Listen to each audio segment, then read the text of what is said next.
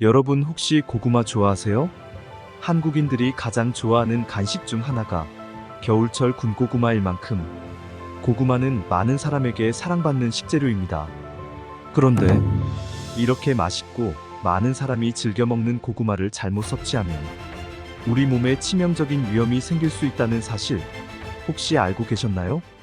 오늘은 고구마의 부작용과 올바른 섭취 방법에 대해 알아보겠습니다.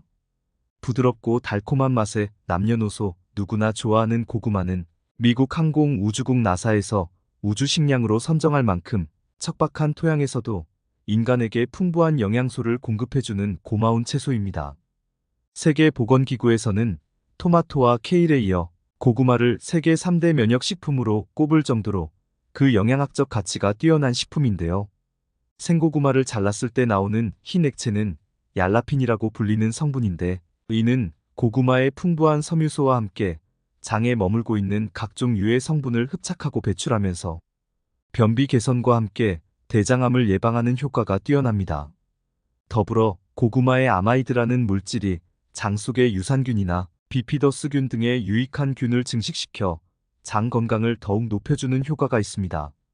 대한대장학문학회와 대한암협회에서는 매년 9월을 대장암의 달로 지정하고 대장암 위험성과 예방의 중요성을 알리는 활동을 하고 있는데요. 그도 그럴 것이 세계에서 대장암 발병률 1위를 차지하고 있는 나라가 바로 우리나라이기 때문입니다.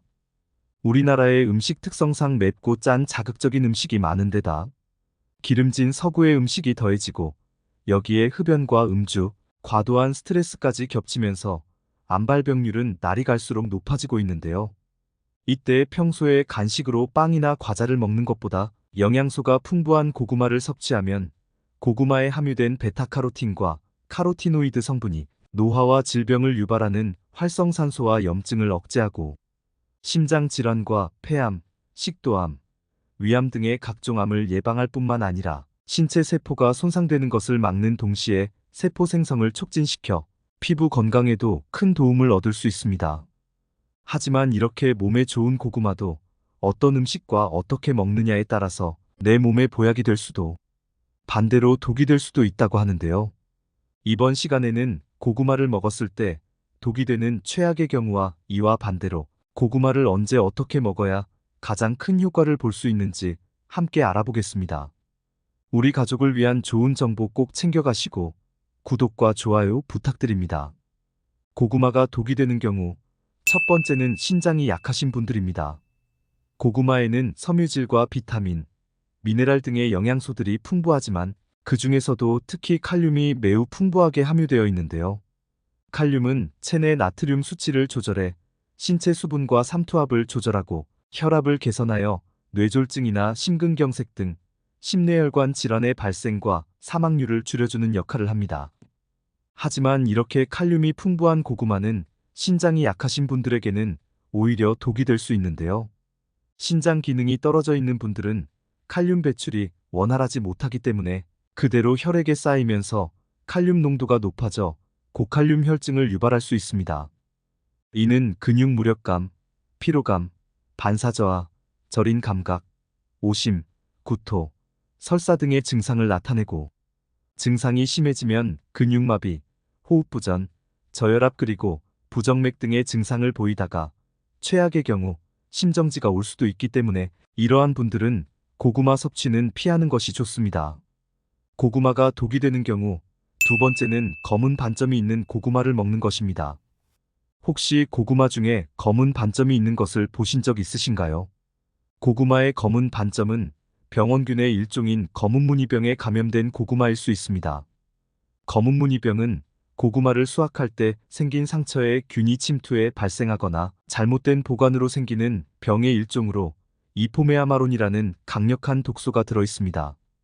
이것이 몸에 섭취된다면 속이 메스껍고 고열과 복통, 설사, 호흡 장애를 유발할 수 있으며 심하면 폐와 간을 괴사시킬 수 있는데 이 때문에 폐와 간에 관련된 질환자나 노약자의 경우라면 특히 고구마를 섭취할 때 이러한 병에 감염된 고구마가 아닌지 더욱 주의가 필요합니다. 검은무늬병은 전염성이 강해 고구마 전체에 독소를 퍼뜨릴 뿐만 아니라 심지어 함께 보관한 고구마에 전염 가능성이 있어 보관할 때 검은무늬병 걸린 고구마가 있는 건 아닌지 꼼꼼히 살필 필요가 있습니다. 농촌진흥청에 따르면 검은무늬병에 걸리지 않는 것으로 보이는 부위에도 독소가 존재할 가능성이 있으므로 쓴맛이 나는 고구마는 먹지 않는 것이 좋다고 설명하고 있습니다.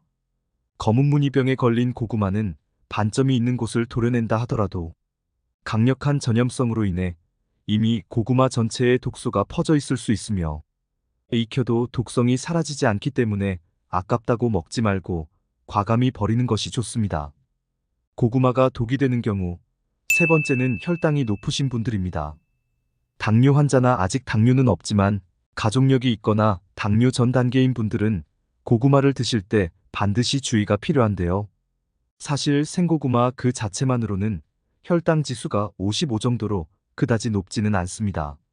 하지만 고구마를 익히게 되면 얘기가 달라집니다. 고구마 안에는 베타 아밀라아제라는 효소가 들어있는데 여기에 열을 가하게 되면 효소가 활성화되면서 고구마 안의 전분이 메가당으로 바뀌는 당화작용이 일어나게 됩니다. 메가당은 포도당이 2개 결합한 이당류 탄수화물을 말하는데 우리가 흔히 먹는 달달한 시럽이나 물엿, 올리고당에도 들어가는 성분입니다.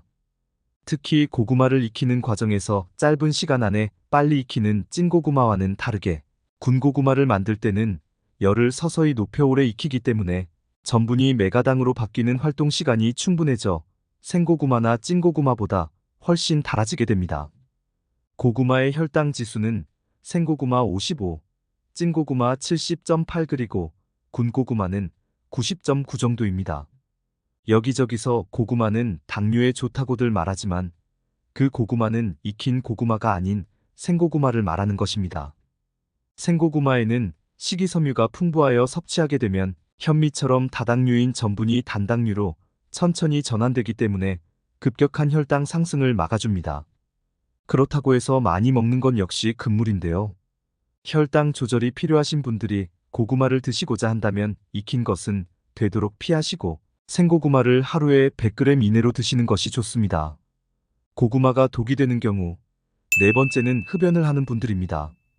고구마의 풍부한 베타카로틴 성분은 노화와 질병을 유발하는 활성산소를 제거하고 염증 질환 및 암 예방에 효과가 있으며 피부세포의 성장과 재생을 촉진하는 강력한 항산화 물질입니다. 그러나 오랫동안 흡연을 한 분들에게는 이 베타카로틴 성분이 오히려 독으로 작용하여 폐암을 유발한다는 연구 결과가 있는데요. 미국 국립보건원의 연구에 따르면 하루 베타카로틴 섭취량이 20에서 30mg인 흡연자는 베타카로틴을 복용하지 않는 흡연자에 비해 폐암 발생 위험이 24% 증가한 것으로 나타났습니다.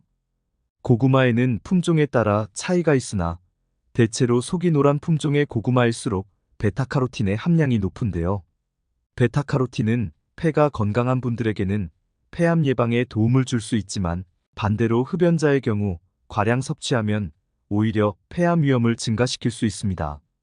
사실 고구마를 매일 먹는 것도 아니고 한두 개 먹는다고 해서 폐암이 생기지는 않겠지만 이러한 사실을 인지하고 조심한다고 해서 나쁠 건 없겠지요.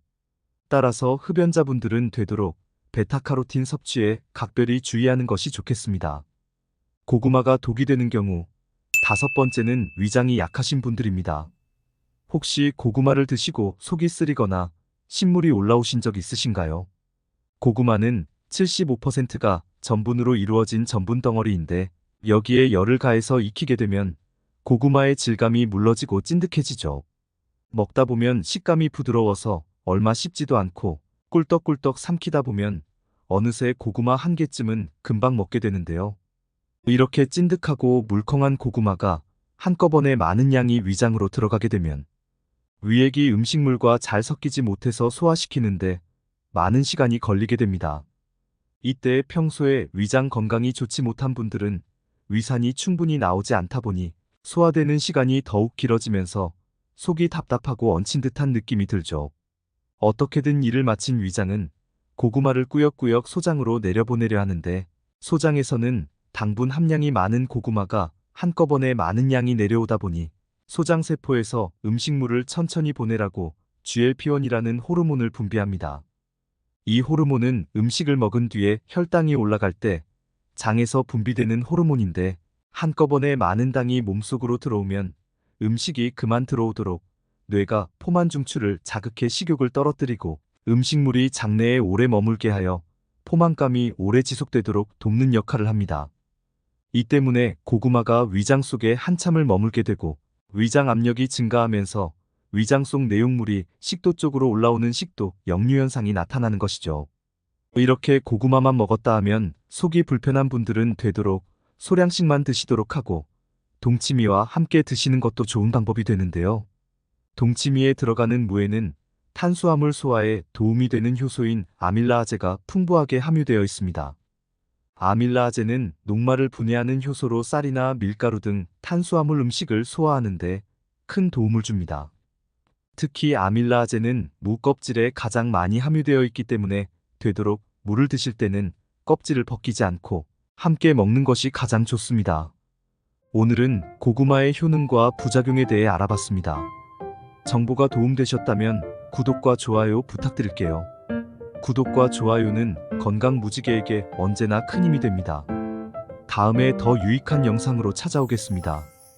건강하고 행복하세요.